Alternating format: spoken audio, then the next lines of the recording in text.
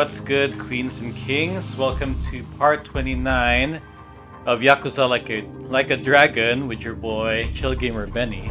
So from the last gameplay, we ended up ending chapter 7, meeting up with the three leaders of the Liu Mang, the Siryu, and the Gomi Jewel here. So let's go ahead and start things off by starting chapter 8. I wonder how many chapters are in this game. I'm kind of wondering if we're close to the end here. Here we go. Chapter 8, Bleached Black. Let's Please, go. Step inside. Hey, aren't these three supposed to be fighting a war? Supposed to be. Kind of a weird place for us to meet, Chairman Hoshino. Especially considering the three of you look more like you're ready to have a tea party than tear each other's throats out. They have Usually something we meet planned. only once a year, unless there is a need to share information face to face, as we must now. We always do what it takes to keep the Great Wall intact. Your men are killing each other out there. You don't want to stop them? Stop them? Two of my youngest men were gunned down without mercy. Liu Turf's been raided right up to the perimeter of their base. There's no stopping any of it now. At this point, whoever retreats first will have lost the war. I can't lay down my spear until that He's happens. now mad about his two boys getting gunned That's down. pretty much the same deal for me. So then why are you two here? Gonna decide the war over a game of cards?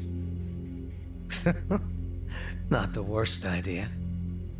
What the fuck? People are dying! And meanwhile, you three are just hanging out playing nice? Think your men would approve? Do any of you even care what your own people think? Kasuga, there's no need to throw fits about what you don't understand. Do you know right now Captain Takabe is Xiao's prisoner? Prisoner. We're treating him more like an uninvited guest. Honestly, I'd let him go if I had one good reason to. I just don't, that's all. So you're going to sit here and do nothing? Just let the chips fall where they may? That's how it needs to be. A bunch more pointless deaths is how it needs to be? They're not pointless. Our men's willingness to fight is the entire reason we're able to serve as checks on each other. As long as the triangle remains balanced, it can hold firm against outside pressure. It's much like how Japan established separation of powers after the end of its dictatorship. It's not perfect, but it's the best solution we have. Do you see the logic there? Oh boy, a post-war history lesson. Not sure I understand that What? completely. That's what you're comparing it to, right? Yes, because it's relevant. The post-war period is when the town's lines of power were drawn. Huh? The black market was born from the ashes of the war. It laid the foundation for modern-day Ijincho. Back then, the Seiryu clan was thriving. But in Chinatown, two rival Chinese gangs were competing for dominance. The winner of that fight prospers in Chinatown to this day. The gang that lost became the Yokohama Liu Mang. They were driven out of Chinatown and into Ijincho.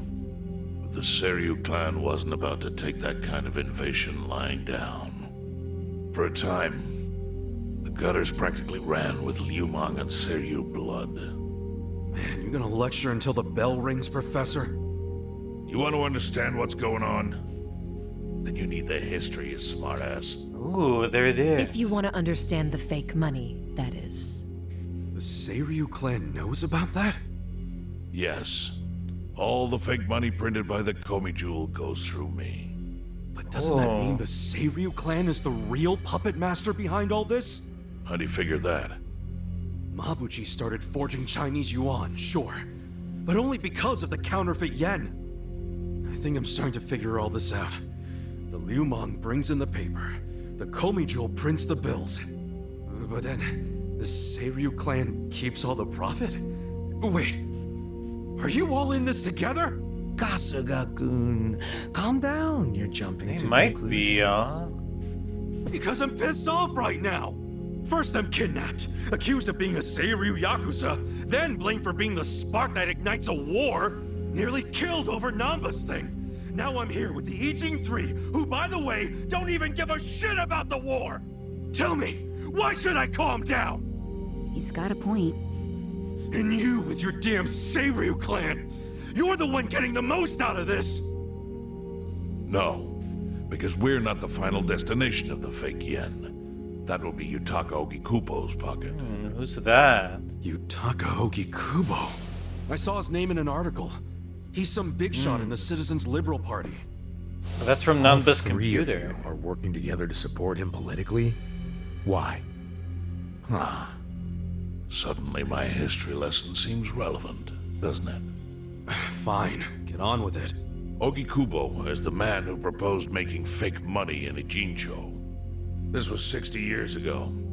He pitched the idea to the first Seiryu chairman and first Liumang boss. A politician suggested committing federal crime to a bunch of gangsters? For real? At the time, Ogikubo was only a member of the city council. But he saw the fights breaking out between the long-established Seiryu clan and the newly arrived Liumang. He understood it was, in essence, a turf war. Knowing that, he looked for solutions to stop the bloodshed, solutions that would save lives. And eventually, he managed to find an answer. Fake money, of all things. Industry. Which in this case is, yes, fake money. Ogikubo split the roles up evenly. That way, both organizations would have a common goal. Why is he Liu telling Man us would all import this? special paper. The Seiryu clan would print and transport the money. How did Ogikubo know the counterfeiting process? He didn't at first. But since he had faith in his plan and a desire for peace, he used every single connection he had to collect the raw materials, plus the recipe. Counterfeiting wasn't that difficult back then. Currency didn't have all the security features it has now. It's only gotten harder over the years. But anyway, I guess after they the figured first it batch out. was printed, Ogikubo used it to bribe the cops. The cops? Not the Seiryu clan or the Liumang? There would have been no point in paying off those two. That conflict goes deeper. Ogikubo understood that. Okay, but why give it to the police? They wanted to control them, of course. And in the blink of an eye, they became his loyal servants. That ought to surprise no one, given how corruptible law enforcement tends to be. Anyway, Ogikubo had his new minions in uniform crack down on one certain region of Ijincho. Well, that doesn't sound like such a bad thing. Yeah, he was making the city safer, right? Now, that was just a side effect of what he really wanted. To squash every attempt by the Seiryu to drive out the Liumang. All police resources were dedicated to that one goal. It created a tiny pocket of Ijincho that was essentially violence-free. Well, I bet that worked out great for the Liumang.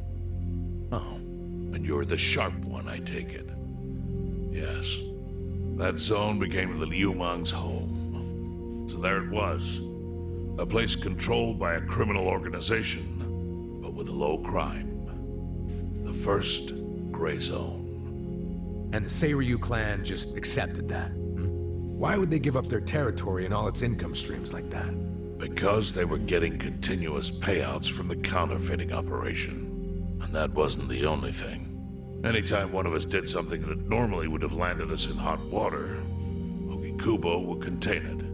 He kept it off police reports. That kept us from losing men to the law. Alright. So there were plenty of benefits for us. All while we kept our honor. This Ogikubo's a pretty shrewd guy. Nah.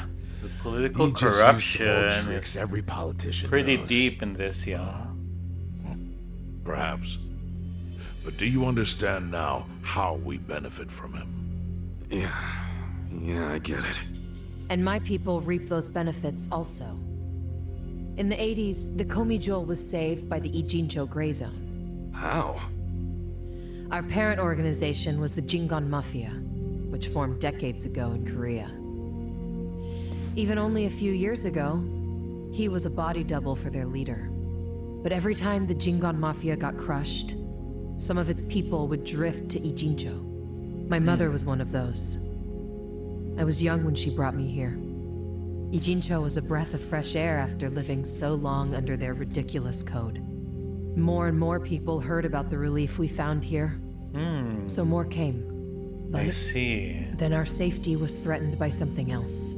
As our numbers grew, so did our clashes with the Yokohama Liumang. You started fighting them? Not outright. Ogikubo stepped in, right before a real war erupted. He brought us a proposal that we take over the Seiryu's counterfeiting business. It was an offer of steady income and safe territory. How could we refuse? In return, we would perform the surveillance necessary to contain the secret. That's how we started to build a system that now monitors every inch of Ijincho. Yo, that's It became our way to crazy. contribute to the smooth running of Ijincho, alongside the Seiryu and Liumang. So that's the origin story behind the Ijin 3. Ever since, we've all supported Ogikubo, and he supported us in kind. He used the huge streams of money from us to secure his seat at the helm of the Citizens' Liberal Party. Now, no one in the cabinet can speak against him. After masterminding a way to bring peace to the city, he moved up in the world. Yeah, seems like There a are really worse ways powerful to climb the guy. ladder, but I can't condone it. It's still a cover-up. Really? So you would say even perfect results don't matter if the methods are flawed? What about the police themselves? What about their alliance with all the Yakuza which grew from the scorched earth of post-war Japan? Light and dark joined hands to rebuild, and that's how we got where we are today. You can't deny the ends justify the means. Ooh. Well, What does it even matter what happened? Who cares about that stuff right now? It's all in Ijincho's past. What we gotta think about is its future. So why'd you call us here? What do you want? Right.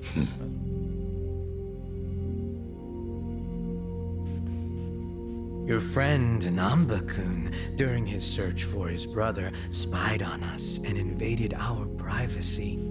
I assume he began with the fake bills because that was his brother's subject of investigation. But he was reckless, digging through Komi Jewel affairs like a rabid raccoon. Right from the start, he's refused to show any respect to the Ijin 3. Now he's seen the counterfeiting for himself, and we have no idea where he is. We Damn. must ensure his permanent silence. Why are Uh-uh. you telling us this? Yeah. You looking to make a deal for his life or something? A deal? Kasuga, under most circumstances, all your lives would be forfeit. But I have some idea of how this fake bill ended up in your pocket. Ooh.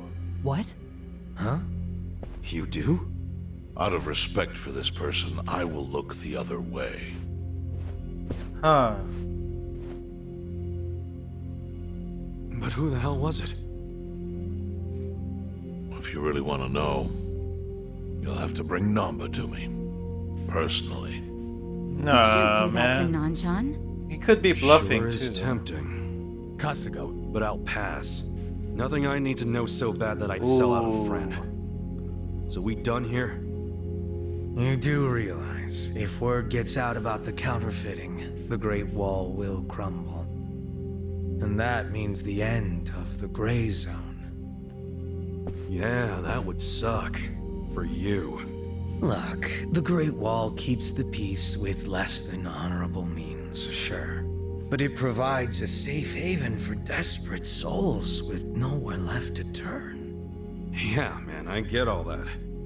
Well, here's what you don't get, you moron. When we say no one gets in, that includes the Tojo clan and the Omi Alliance. So see, if we're talking about people who owe their lives to the Gray Zone, you're one of them, Kasuga-kun. What? After you were shot, the only reason the Omi didn't finish you off is because you were inside the zone. What are you trying Ah. to say? That I owe something to the city? Go ahead and act like you're above it all. But you've benefited from our operation as much as any of us. Fine. Still doesn't mean I'm gonna sell out a friend. Before you insist on that, I have something important to say. Yeah, what? We already have assassins hunting Nanba. Oh, of course. The hell? Who's assassins? Mine. Somebody had to step up. That's stepping up in your book? Hunting an innocent man? Unlike you, Kasuga, I don't turn down attractive offers. But don't worry. I told my guys to make it painless. But my men have gotten a little rough lately. You son of a bitch. Call him off! No can do. I think one death for the sake of the whole city is worth the price. What do you say to our offer now? If you refuse, Nanba will die. But aren't you gonna kill him all the same if we bring him to you? Yeah. Instead of worrying about that, worry about getting to him first. Your clock's ticking. Hey, we don't even know where to look.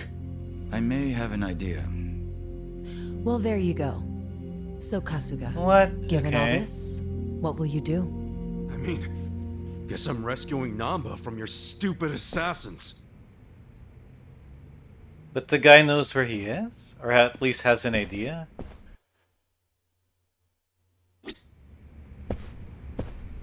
Wait, what is he doing here?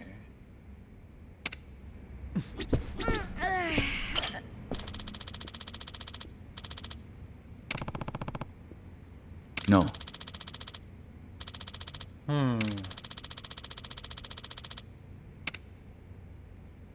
Yeah, of course I want to know. Yo.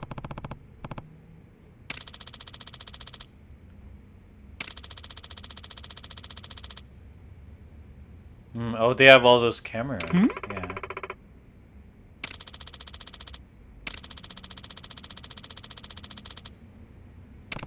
Right, yeah. Yes.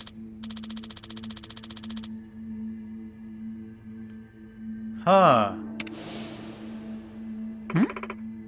I see.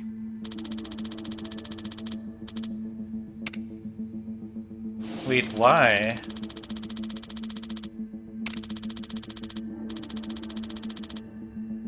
Hey, yeah.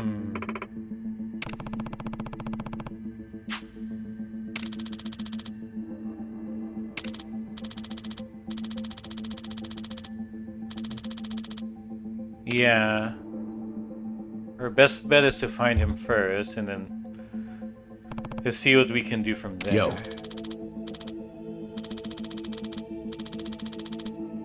Sup?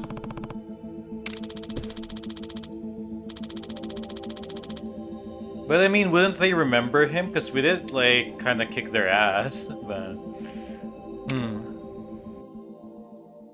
And I don't understand why they would be willing to protect Nanba-kun.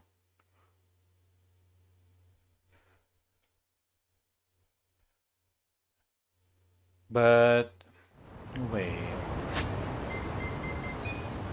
Oh, I thought the guy was gonna join our party.